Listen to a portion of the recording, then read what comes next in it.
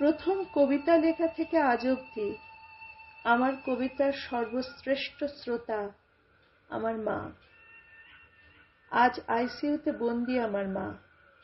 মা, তোমাকে শোনাতে চাই এই কবিতাগুলো। হে দয়াময় ঈশ্বর, মাকে তাড়াতাড়ি সুস্থ করো।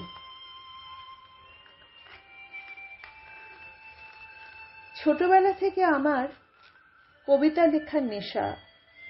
একটু বড় যখন হলাম, আবৃত্তি হলো পেশা।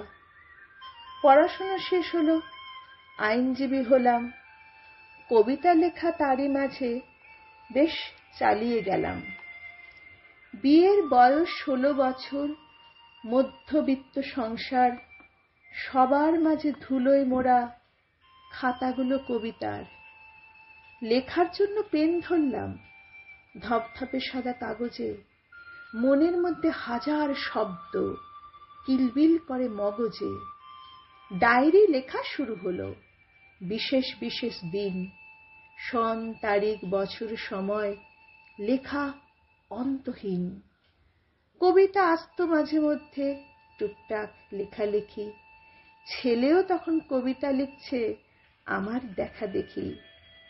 মাসখানেক বয়স হলো, হঠাৎ শুরু লেখার। ইউটিউবে আবৃত্তি শুরু স্বরচিত কবিতায়। অল্প স্বল্প লাইক, কমেন্টস, সাবস্ক্রাইব ও শেয়ার।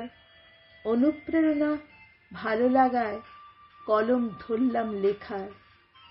হারিয়ে যাওয়ার মুহূর্তে ভেঙেছে আমার রথ। কবিতা আমার হাত ধরেছে, খুঁজে পেয়েছি পথ। 1 মাস হলো আমার কবিতা জীবন পেল যেন। কিন্তু মাগো, তোমায় আমি জানাতে পারলাম না কেন। তুমি জানলে খুশি হতে, আনন্দ পেতে খুব। মাগো, তুমি যে কবিতা শুনতে ভালোবাসো যে খুব।